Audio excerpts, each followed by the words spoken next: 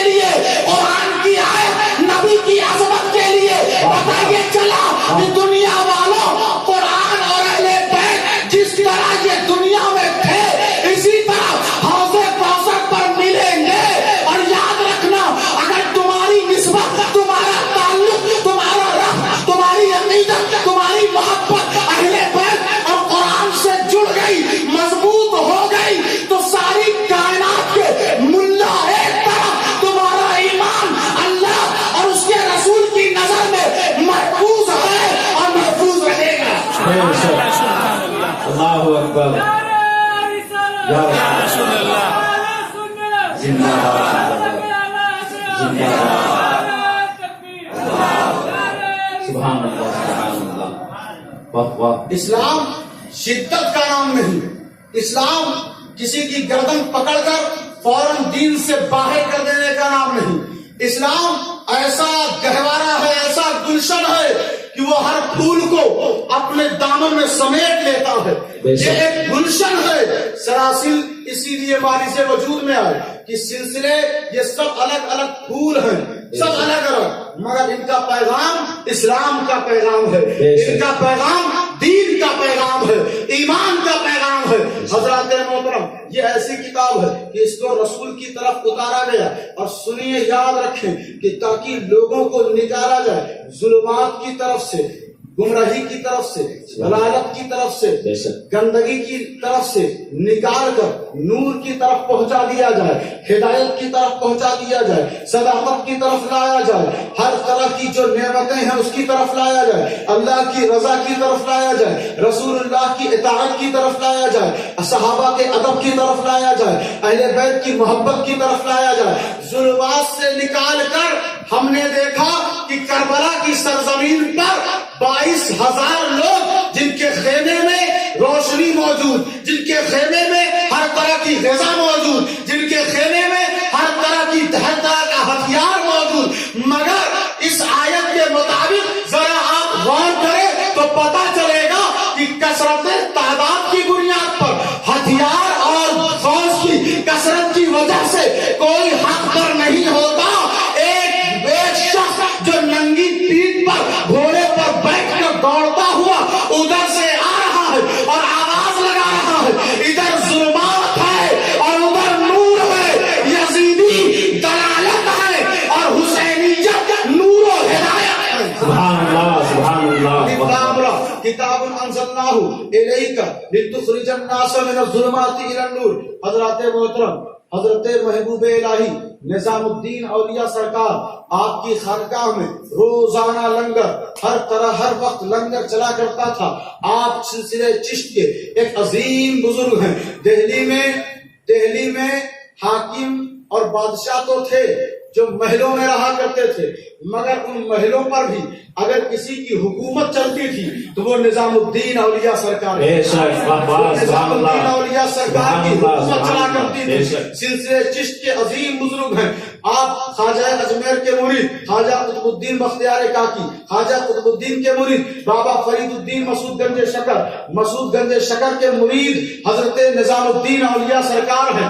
آپ سے ہمارا سلسلہ ملتا ہے, ہمارا تعلق ہے. ہم لوگ حضرت صوفی ملت ہندوستان میں خواجہ غریب نواز کا سلسلہ 2 بزرگوں سے پھیلا ہے, حضرت صابر کلیر سے اور حضرت محبوب الہی نظام الدین اولیاء سے. اسی لیے کبھی بولا جاتا ہے نظامی چشتی اور کبھی بولا جاتا ہے صابری چشتی, لیکن حضور صوفی ملت کا سلسلہ نظامی چشتی ہے. محبوب الہی نظام الدین اولیاء سرکار سے آپ کا تعلق ہے. حضرات محترم, عجیب اتفاق ہے کہ صابر کلیر کا جاہو جلال اور ان کا غضب لوگوں نے دیکھا ہے, لوگ اسے فراموش نہیں کر سکتے. کلیر کا آج بھی ذرہ ذرہ اس بات کی شہادت دیتا ہے کہ ہم غیظ و غضب کے شکار ہیں. صابر کلیر کے غیظ و غضب کے شکار ہیں, جلا کر راکھ کر دیا, اتنا جلال تھا. مگر دیکھے آپ خواجہ اجمیر سے حسن و جمال کی نورانیت پھوٹ رہی ہے. قطب الدین بختیار کاکی سے آپ محبت بانٹ رہے ہیں. بابا فرید الدین مسعود گنج شکر سے آپ دیکھیں صبر و تحمل اور لوگوں کو معاف درگزر کرنے کا جو ماحول ہے, معاملہ ہے, وہ چشمہ جاری ہے بابا نظام الدین اولیاء سرکار کے سرزمین اور ان کی خانقاہ سے دیکھے کہ ہر وقت فقراء علماء کی جماعت بیٹھی رہتی تھی اور آپ ہر ایک کو دیا کرتے تھے، عطا کرتے تھے، محبت دیتے تھے، محبت دیتے تھے، الفت دیتے تھے، پیار دیتے تھے۔ اب اس سلسلے سے جب نظامی اور چشتی کی بات آئی تو ہم نے صوفیہ ملت کی زندگی میں جائزہ لیا، جھانکا، ٹٹولا، تو پتا چلا کہ آپ کے پاس جو سلسلے کی بہار ہے، خدا کی قسم آپ ہر بزرگ کی سیرت و کردار کو اپنائے ہوئے ہیں۔ آپ کی ذات سے اگر کسی کو درد ہوا ہو، کسی کو تکلیف ہوئی ہو، تو ہم نے ابھی تک کسی ایسے شخص کو دیکھا نہیں۔ پتا چل گیا کہ جو نبی کا گستاخ ہوگا وہی ولیوں کا بے ادب رہتا ہے۔ حضرت صوفیہ ملت نے جب بھی پیغام دیا تو خانقاہی اور محبت بھرا پیغام دیا، اور سید اسے ہی کہتے ہیں جو درد مندوں کے درد پر اپنا ہاتھ رکھ دے، سبحان اللہ، سبحان اللہ، جو پیغام رہا کرتا ہے، جو محبت بانٹتا ہے، جو الفت دیتا ہے، جو ہر ایک کی سنتا ہے۔ آج کے دور میں یہ سننا بھی مسئلہ ہو گیا، لوگ کسی کا درد سننا بھی نہیں چاہتے، اتنا وقت ہی نہیں تو وہ درد دور کہاں سے کریں گے؟ کہتے ہیں ٹائم نہیں ہے، ابھی ڈیوٹی پہ جانا ہے، وہاں سے آئیں گے، ٹائم نہیں ہے، ڈیوٹی سے آیا ہوں، بہت تھکا ہوں، بعد میں سنوں گا۔ تو یہ ٹائم ملے گا کب؟ کیونکہ آپ کبھی ڈیوٹی پر جاتے ہیں اور کبھی ڈیوٹی سے آتے ہیں، تو ٹائم تو ملے گا نہیں کہ درد مندوں کے درد کو سنا جائے۔ ارے ان بزرگوں کی شان پر قربان جائیں کہ جن کی پوری زندگی درد مندوں کے حوالے ہو گئے، سبحان اللہ، جن کی پوری زندگی۔ اب اس سے بڑی کرامت اور کیا ہو سکتی ہے؟ بے شک، لوگ کہتے ہیں ہوا میں اڑے گی نہیں، ہوا میں اڑے گی نہیں، پانی پر چلے گی نہیں، ایسی کوئی کرامت ہے کہ نہیں؟ آگ کو اپنے ہاتھ سے انہوں نے نکالا کہ نہیں؟ آگ کو انگلی سے اشارہ کر کے بجھایا کہ نہیں؟ پرندوں کو اڑتے ہوئے پکڑا کہ نہیں؟ ایسی کرامت ہے تب ولی مانیں گے۔ حضرات محترم، آج کے اس پرفتن دور میں جہاں ہنگامہ آ رہی ہے، نفسی نفسی کا ماحول ہے، کوئی کسی کو دیکھنے والا نہیں، روڈ پر اگر ایکسیڈنٹ ہو جائے تو گاڑی لوگ سلو کرنا بھی گوارا نہیں سمجھتے، تو اتر کر اسے ہاسپٹل کیسے لے جائیں گے؟ ایسے ماحول میں ہم نے ایک شخص کو دیکھا کہ وہ اٹھتا ہے تو قوم کے لیے، سوتا ہے تو قوم کے لیے، چلتا ہے تو قوم کے بھد کے لیے، بولتا ہے تو قوم کے لیے، پڑھتا ہے تو قوم کے لیے، کھاتا ہے تو قوم کے لیے، پیتا ہے تو قوم کے لیے، شادی کرتا ہے تو قوم کے لیے۔ جو کام اس کا ہے، سر آپا پورا سر سے لے کر قدم تک جتنا وجود ہے وہ خدمت مخلوق الہی میں اس نے قربان کر دیا۔ ساری دنیا کے دنیا داروں ایک طرف ہو کر غور سے سیرت صوفیہ ملت کو دیکھو، تمہیں پتا چلے گا کہ ہم سب اپنے آقا کی سنت سے کتنے دور ہو چکے ہیں۔ اگر حسین کی محبت، اصل مصطفیٰ کا سر، خواجہ غریب نواز کی نشر و اشاعت، محی الدین کی حیاتی بھری بہار دیکھنا ہے تو صوفیہ ملت کے کردار میں دیکھو، ان کے کردار میں ان بزرگوں کو شامل کر کے دیکھو، اور جب ان سے ان کے کردار کو بکھیرو گے اس زمین پر تو سارے سلسلے کے بزرگان دین نکلیں گے۔ بے شک، کتاب انزلناہ الیک لتخرج الناس۔ اب دیکھیں ذرا ایک دو بات شان اہل بیت کے تعلق سے بیان کر کے پھر اپنی اس تقریر کو بھی ختم کر دیا جائے۔ ذرا غور کریں کہ نبی کونین سے فرمایا گیا کہ اے میرے محبوب آپ فرما دیجئے قل هو اللہ احد اللہ الصمد لم یلد ولم یولد ولم یکن لہ کفوا احد۔ یہ نبی سے کہا جا رہا ہے کہ توحید کا پیغام دے دیجئے۔ اب ذرا توجہ دیں، توحید وہ نہیں ہے جو رسول کو نظر انداز کر دیا جائے، توحید وہ ہے جو رسول کی محبت میں اللہ کو ایک مانا جائے۔ توحید یہ نہیں ہے کہ رسالت کو سائڈ کر دیں اور اللہ اللہ کرتے رہیں۔ اب جب توحید کا پیغام اللہ نے اپنے محبوب سے دلوایا اور جب اس کے رشتہ دار، اس کے قرابت دار کی محبت کی بات آئی تو اس نے کہا اب تجھے ہی کہنا ہے قل قل لا اسألکم علیہ اجرا الا المودۃ فی القربى، محبوب آپ ہی کو کہنا ہے کیونکہ توحید کا اعلان میں نے آپ کی زبان سے کروایا ہے، تو قرابت دار کی مودت بھی آپ کی زبان سے کرواؤں گا۔ آخر معاملہ کیا ہے کہ جب اہل بیت کی محبت کی بات آئی تو اس نے زبان رسالت کو کہا کہ آپ کہہ دیجئے، جب اس کی یکتائی اور توحید کی بات آئی تو اس نے زبان رسالت سے کہلوایا کہ کہہ دیں میں ایک ہوں۔ معاملہ کیا ہے تو دوسری آیت سے ہم اس کو سمجھ سکتے ہیں۔ اب دیکھیں ایک آیت کریمہ کہ نجران کے عیسائیوں سے جب مناظرہ مباہلہ مکالمہ ہوا تو اللہ نے فرمایا فَقُلْ تَعَالُوا نَدْعُوا أَبْنَاءَنَا وَأَبْنَاءَكُمْ وَنِسَاءَنَا وَنِسَاءَكُمْ وَأَنفُسَنَا وَأَنفُسَكُمْ ثُمَّ نَبْتَهِلْ فَنَجْعَلْ لَعْنَةَ اللَّهِ عَلَى الْكَاذِبِينَ۔ محبوب آپ کہہ دیجئے، محبوب آپ کہہ دیجئے آؤ، تم آؤ، ہم آتے ہیں، تم اپنے بیٹوں کو لاؤ، ہم اپنے بیٹوں کو لاتے ہیں۔ تو ہمیں عیسائیوں کے کنبے کی طرف نہیں دیکھنا ہے، رسول اللہ کی طرف کو دیکھنا ہے کہ آپ اپنے بیٹوں میں کس کو لیتے ہیں؟ آپ کے خاندان میں بہت سارے بیٹے ہیں، کیا آپ نے بہتوں کو لیا؟ کہا نہیں، بس حسن و حسین کو لیا۔ سبحان اللہ، حسن و حسین کو لیا۔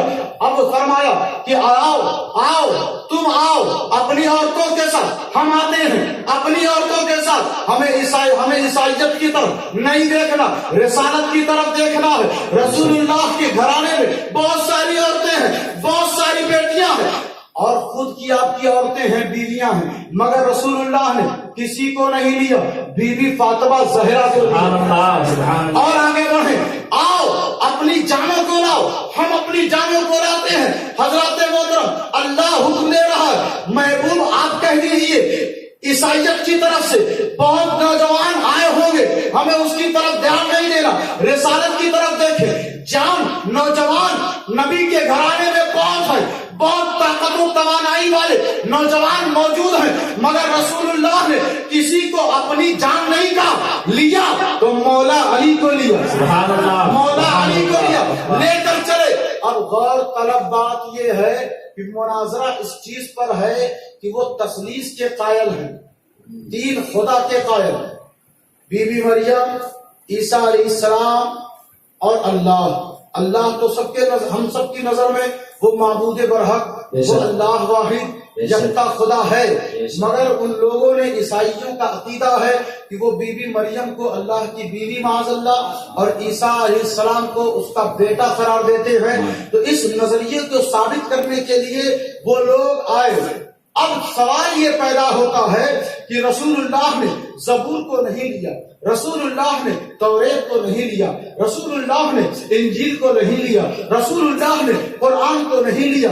اب توحید کو ثابت کرنا ہے کہ اللہ ایک ہے۔ مناظرہ دیکھا ہوگا کہ ادھر سے بھی جو لوگ علماء رہتے ہیں وہ کتابوں کا انبار ذخیرہ رکھے رہتے ہیں، ادھر سے بھی کتابیں رہتی ہیں۔ اپنے دعوے کو سچ ثابت کرنے کے لیے دلیل کا پیش کرنا ضروری ہے، دلیل نہیں تو دعویٰ غلط ہو جاتا ہے۔ حضرات محترم، نبی کونین اپنے گھر والوں کو، حسن و حسین کو، بی بی فاطمہ زہرا کو، علی مرتضیٰ کو لے کر چلے ان کے پاس حجت پیش کرنے کے لیے، اللہ کے ایک ہونے پر دلیل پیش کرنے کے لیے، اللہ کے ایک ہونے پر برہان پیش کرنے کے لیے، اللہ کے ایک ہونے پر پروف دینے کے لیے۔ کوئی کتاب نہیں ہے بلکہ ان کا گھرانہ ہے۔ پتہ چل گیا، اللہ نے بتلا دیا کہ سنو، توحید اور اہل بیت کا تعلق بڑا ہی گہرا ہے۔ میں ایک ہوں بلا شک و شبہ، مگر دنیا والوں میرے ایک ہونے پر اگر میری نظر میں کوئی سب سے بڑی دلیل، حجت اور برہان ہے تو وہ میرے محبوب کی حال ہے۔ سبحان اللہ، سبحان اللہ، سبحان اللہ، واہ واہ واہ، سبحان اللہ، میرے محبوب کی آل ہے، میرے محبوب کا گھرانہ ہے۔ پتہ یہ چلا دوستو کہ بی بی فاطمہ زہرا کا نام لینا توحید کا ڈنکا بجانا، علی مرتضیٰ کا نام لینا توحید کا ڈنکا بجانا، حسن و حسین کا نعرہ بلند کرنا توحید کا ڈنکا بجانا۔ ارے توحید تم تک پہنچی کیسے؟ نبی کونین کی زبان سے، اور اہل بیت نبی کا خون اور نبی کی زبان پتا چل گیا کہ توحید اور اہل بیت کا تعلق گہرا ہے. اسی لیے کربلا میں کسی صحابہ کے فرزند یا کسی مسلمان کی قربانی اللہ نے نہیں مانگی، بلکہ توحید پر، توحید کے درخت پر، توحید کی جڑ پر، توحید کے پتے پتے پر اگر کسی کا خون ہے تو وہ حسین اعظم کا ہے. نعرہ تکبیر، نعرہ رسالت. سبحان اللہ. حضرات محترم، حضور صوفی ملت کے اندر وہی خون ہے جو حسین اعظم کا قطرہ ہے. حضور صوفی ملت کے اندر جو خون رواں دوا ہے حضرت امام حسن کا خون ہے. حضرات محترم، آپ کو میں بتاؤں کہ حضرت ابو بکر صدیق رضی اللہ تعالیٰ عنہ خلیفۃ المسلمین ہیں، امیر المؤمنین ہیں. نبی کے بظاہر وصال فرما جانے کے بعد آپ منبر رسول پر جلوہ فرما ہیں اور خطبہ دیتے ہیں. ان لک الحمد، الحمدللہ. خطبے کی ابتدا کی کہ اتنی ہی دیر میں مجمع کے اندر سے ایک چھوٹے سے بچے نے آواز لگائی کہ اے ابو بکر میرے نانا کے منبر سے نیچے اتر جا. واہ واہ واہ. اے ابو بکر میرے نانا کے منبر سے نیچے اتر جا. حضرت ابو بکر صدیق کہاں پہ جلوہ فرما ہے جانتے ہیں؟ جہاں پہ ہمارے آقا قدم رکھا کرتے تھے وہاں پر ابو بکر صدیق تشریف فرما ہے، بیٹھے ہوئے ہیں. اور علی مرتضیٰ کی گود میں امام حسن مجتبیٰ ہیں جو چھوٹے سے بچے ہیں، آواز لگا رہے ہیں اے ابو بکر میرے نانا کے منبر سے نیچے اتر جا. حضرت ابو بکر صدیق کھڑے ہو گئے. سبحان اللہ. کھڑے ہو گئے، سارے مسلمان کھڑے ہو گئے، رونے لگے کہ شہزادے نے یہ کیا کہہ دیا، شہزادے نے یہ کیا کہہ دیا. علی مرتضیٰ کی طرف بڑھے حضرت ابو بکر صدیق. علی مرتضیٰ نے فرمایا بھائی ابو بکر میں نے اس بچے کو کچھ نہیں سکھایا، کچھ نہیں سکھایا. یہ مت سوچنا کہ بچہ ہے اس کو باپ نے سکھایا ہے اس لیے اس نے کہا ہے. اس کے ذہن میں پتہ نہیں کہاں سے یہ بات آ گئی، اس نے کہہ دی ہے. آپ برا نہ مانے، حضرت ابو بکر صدیق صداقت کے امام ہیں، صداقت کے امام ہیں. آپ نے فرمایا علی آپ پریشان نہ ہو، آپ پریشان نہ ہو. میں حسین کی طرف اس لیے آیا کہ اس کی زبان اور اس کا چہرہ، یہ بیٹا ہے آپ کا ضرور مگر چہرہ آپ سے نہیں میرے آقا سے ملتا ہے. سبحان اللہ، سبحان اللہ. آپ سے نہیں میرے آقا سے ملتا ہے. اور حضرت ابو بکر صدیق نے انہیں گود میں لیا، اچھال کر فرمایا شہزادے آج یہ منبر یقیناً آپ کے نانا کا ہے مگر یہ ابو بکر بھی آپ کے نانا کا غلام ہے. سبحان اللہ. بے شک. واہ واہ. اب سبحان دیکھیں اللہ. لوگ کہتے ہیں کہ اہل بیت کے ساتھ ظلم ہوا ہے. نہیں نہیں دوستو، اہل بیت کے ساتھ ظلم نہیں ہوا. یہ لوگ اہل بیت کے ساتھ ظلم کرتے ہیں. یہ لوگ طعن و تشریح کر کے صحابہ کی توہین کرتے ہیں. صحابہ اور اہل بیت میں بڑا ہی گہرا رشتہ ہے، بڑا ہی گہرا تعلق ہے. ہمارے نبی کونین خطبہ رسول پر جو خود ان کا منبر ہے، آپ خطاب فرما رہے ہیں، فرماتے ہیں قیامت کا قصہ سناتے ہیں، ساری ہولناکیاں بتاتے ہیں. لوگ رو رہے ہیں. ارے اگر کوئی ایک عالم قیامت کا قصہ سنائے تو آپ لوگ بھی ڈر جائیں گے. بے شک. وہ زبان سنا رہی ہے، وہ نظر دکھا رہی ہے جس نظر کے سامنے یہ کائنات بنائی گئی. سبحان اللہ، سبحان اللہ. بے شک. سوچیں کیا ایسا ماحول رہا ہوگا. سارے لوگ آہو بکا میں آنسو بہا رہے ہیں، گریہ تاری ہے. قیامت کا قصہ نبی کونین سنا رہے ہیں. اس کے بعد آپ نے فوراً عذاب قبر کا ذکر شروع کر دیا. عذاب سنانے لگے کہ وہ دو فرشتے جن کے دانت لمبے ہوں گے وہ زمین کا سینہ چاک کرتے ہوئے پھاڑتے ہوئے خوفناک آواز میں آئیں گے. لیکن ایسے ماحول میں جن کے ہر چہرے پر آنسو کے قطرات نمایاں ہے، ظاہر ہے. ایسے ماحول میں ایک طرف حضرت عمر فاروق بیٹھے ہوئے مسکرا رہے ہیں، سبحان اللہ، سبحان اللہ، مسکرا رہے ہیں. نبی نے فرمایا عمر تمہیں ڈر نہیں لگتا عذاب قبر سے؟ تمہیں خوف نہیں ہوتا عذاب قبر سے؟ سارے مسلمان رو رہے ہیں اور تم مسکرا رہے ہو. کھڑے ہو جاؤ. نبی کونین بھی قیام کرتے ہیں, کھڑے ہو جاتے ہیں. حضرت عمر بھی کھڑے ہو گئے, سارے مسلمان بھی کھڑے ہو گئے. آپ نے عمر فاروق کو بلایا اور ہاتھ پکڑا اور فرمایا کیا تمہیں ڈر نہیں لگتا عذاب قبر سے؟ فرماتے ہیں, عرض کرتے ہیں یا رسول اللہ اگر آپ نے ایسے ہی تھامے رکھا سبحان اللہ تو میں عذاب قبر سے, فرشتوں سے, عذاب قبر کے ملائکہ سے اچھی طرح نپٹ لوں. پھر آپ نے فرمایا عمر جاؤ بیٹھ جاؤ. سارے لوگ بیٹھ گئے. ادھر بائیں طرف منبر کے پاس حضرت ابو بکر صدیق بیٹھے ہوئے ہیں, سر جھکائے ہوئے ہیں. نبی کونین نے ان کی طرف توجہ فرمائی اور فرماتے ہیں اے ابو بکر جانتے ہو عمر نے سچ کہا.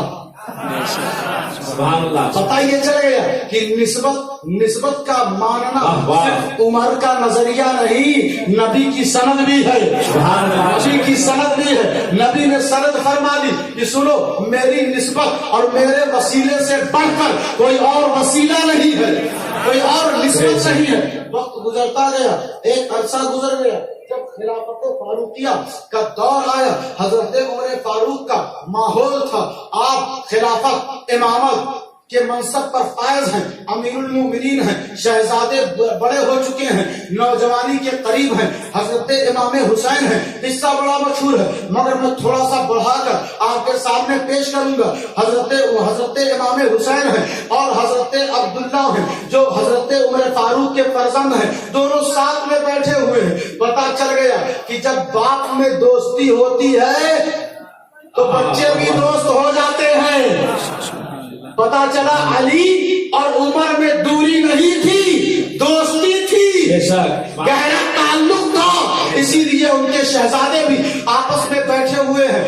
پتا پوچھتے ہوئے ایک شخص آتا ہے اور کہتا ہے کہ سلطان کا گھر کدھر ہے؟ حضرت عبداللہ کھڑے ہوئے اور کہا کہ سنو سیدھے چلے جاؤ, بائیں مڑنا دائیں مڑنا, سلطان کا گھر ہے جو میرے بابا ہیں ان کا نام عمر ہے, ان کا نام عمر ہے. حضرت امام حسین کو جلال آیا. اہل بیت کے سامنے غلاموں کا زیادہ ذکر مت کرو. جب آقا کا ذکر ہو جائے گا سارے غلام خود بخود راضی ہو جاتے ہیں, اور جو غلام راضی نہ ہو سمجھ لو وہ غلام نہیں باغی ہے. جب میلاد النبی آئے تو آقا کا جلوس نکال دو, سارے صحابہ راضی ہو جائیں گے. الگ سے مدح صحابہ کا جلوس مت نکالو. عید میلاد النبی منانا سارے صحابہ کی رضا ہے, سارے صحابہ میرے آقا کے غلام ہیں. امام حسین کو غضب آیا, جلال آیا. آپ نے زوردار تماشا حضرت عبداللہ کے رخسار پہ جڑ دیا. وہ روتے روتے آپ اپنے والد بزرگوار کی بارگاہ میں حاضر ہوئے. کہا اے میرے والد بزرگوار حسین نے بڑا زوردار مجھے تماچا مارا ہے. حضرت عمر فاروق فرماتے ہیں بیٹا کیا وجہ ہے کہ حسین نے تمہیں تماچا مارا ہے؟ کیوں آخر کار انہوں نے تمہارے ساتھ ایسا سلوک کیا ہے؟ اس سے پہلے تو بڑی گہری دوستی رہتی ہے. حضرت عبداللہ عرض کرتے ہیں کہ بابا معاملہ یہ ہے کہ ایک راہگیر آیا, اس نے پتہ پوچھا, اس نے کہا سلطان کا گھر کدھر ہے؟ میں نے آپ کا پتہ بتایا تو انہوں نے مجھے تماچا مارتے ہوئے کہا کہ سنو وہ تیرا باپ سلطان نہیں میرے نانا کا غلام ہے, میرے نانا کا غلام ہے. کہا اچھا ایسی بات ہے, چلو.